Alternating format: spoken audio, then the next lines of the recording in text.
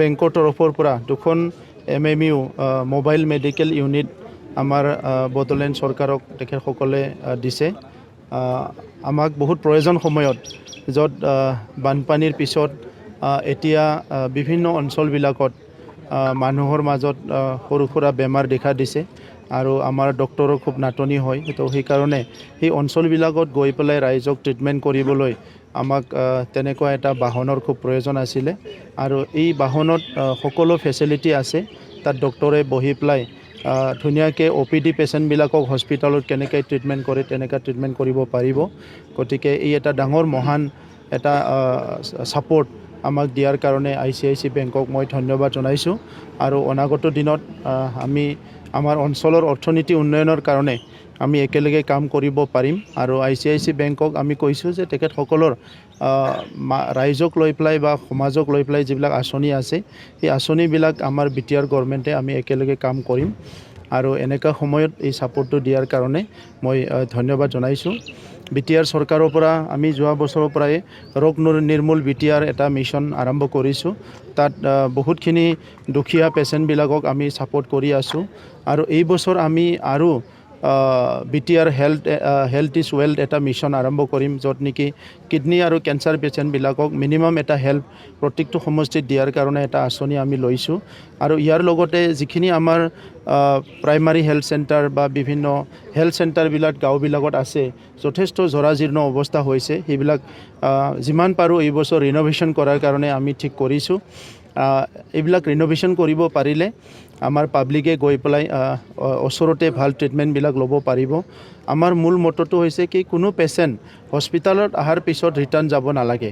বহুত সময়ত আমি শুনিবলৈ পাইছোঁ যে সৰু সুৰা বেমাৰবিলাককো আমাৰ কিছুমান হস্পিটেলত ট্ৰিটমেণ্ট নকৰে, তেখেতসকলক ফিৰাই পঠায়, কোনোবা প্ৰাইভেট প্ৰেক্টিশ্যনাৰৰ তাত পঠাই দিয়ে। চ' সেইবিলাক আমি এই বছৰত যথেষ্ট গুৰুত্ব দিম বুলি ভাবিছোঁ আৰু সেইকাৰণে BTR অঞ্চলত এতিয়াও আমাৰ ইণ্ডেক্সবিলাক চালে খুব পেথেটিক দুখ লগা অৱস্থা হৈ আছে। তো এইটো কেনেকৈ আমি পাৰ হ'ব পাৰোঁ বেলেগৰ লগত বা বেলেগ অঞ্চলৰ লগত তেনেকুৱা হেল্থ ছাৰ্ভিচটো ডেভেলপ কৰাৰ কাৰণে আমি এইবাৰ কাম কৰিম। আমাৰ প্ৰায় 80,000 খেতিয়কৰ মানে লষ্ট হৈছে আৰু বহুতখিনি প্ৰায় লাখ হেক্টৰ মাটি আমাৰ লষ্ট হৈছে। তো এতিয়া এইখিনি আজি আমাৰ এক্সিকিউটিভ কাউন্সিলত আমি আলোচনা কৰিম যে এই যিটো আমাৰ লষ্ট সেইটো আমি কেনেকৈ ঠিক কৰিব পাৰোঁ আৰু ইয়াৰ লগতে বহুতখিনি মাথাউৰি ভাঙি গ'ল। কিছুমান মাথাউৰি বহুত পুৰণা মাথাউৰি, সেইবিলাক ৰিপেয়াৰিং হোৱা নাছিলে আৰু কিছুমান নতুন অঞ্চলত এইবাৰ ইৰোশ্যনটো বাঢ়িছে। এইবাৰৰ যিটো বৰষুণ আছিলে ইয়াৰ কোৱান্টিটিটো বহুত বেছি আছিলে আৰু ভূটান পাহাৰটো ওচৰত হোৱাৰ কাৰণে বহুত কাৰেণ্টত আহে, ৰিভাৰবিলাক মানে বহুত ইৰোশ্যন কৰে। এইবিলাক আমাৰ কাৰণে বহুত ডাঙৰ সমস্যা।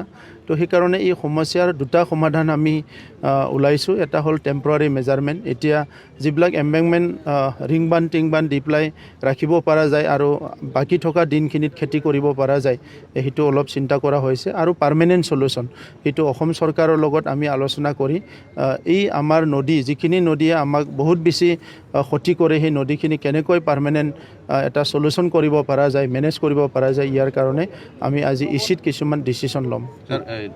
এতিয়া এইটো এটা নতুন এটা প্ৰব্লেম আমাৰ কাৰণে থিয় দিছে যে ইয়াত লুটিং হৈ আছে, ডকাইতি এইবিলাক হৈ আছে। মই পুলিচক বাৰম্বাৰ কৈ আছোঁ এইটো ষ্ট্ৰং হেণ্ডেদি দমন কৰিব লাগে, কিন্তু মই এইটোকে অনুৰোধ কৰিব বিচাৰোঁ যিসকলে এনেকুৱা এটা কাম কৰিব বিচাৰিছে য'ত নেকি তেখেতসকলেতো সাৰি নাযাব, যে তেখেতসকলে আজি নহয় কালি ধৰা পৰিব, জেলত যাব, কিন্তু সমাজখন তেনেকুৱা টেৰৰাইজ কৰিব নালাগে।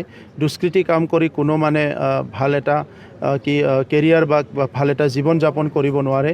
সেইকাৰণে যিয়ে নেকি এই দুষ্কৃতিকাৰী কাম কৰি আছে তেখেতসকলক এই কামৰ পৰা দূৰত থাকিবলৈ অনুৰোধ কৰিছোঁ কাৰণ সেইটো খুব লজ্জাজনক কথা আগতহে আমি আজিৰ পৰা 30-40 বছৰ সময়তহে আগতহে চুৰ ডকাইতিৰ কথাবিলাক শুনিছিলোঁ কিন্তু আজি য'ত সমাজখন ইমান আগুৱাই গ'ল এনেকুৱা সময়ত যদি কোনোবা চুৰ ডকাইতি কৰি যদি খাব বিচাৰিছে ইয়াতকৈ আৰু দুখ লগা একো নাই আৰু পুনৰ মই আজি আমাৰ কোকৰাঝাৰ পুলিচ চিৰাং পুলিচ মই মানে আহ্বান কৰিম যে অতি শীঘ্ৰে এই দুষ্কৃতিবিলাকক কৰায়ত্ব কৰি শাস্তি দিয়াৰ ব্যৱস্থা কৰিব লাগে হয় ইয়াতে কোনো স্কিম তেনেকুৱা নাই আমাৰ just suggest to BTR government and to the people of BTR সিমানটো ফ্ৰম আইচিচি কি দিলে জাষ্ট দুটা MMU দিয়া হৈছে মোবাইল মেডিকেল ইউনিট দিয়া হৈছে সেইটোৱে হৈছে আৰু বেংক আৰু ফাউণ্ডেশ্যনৰ পৰা দিয়া হৈছে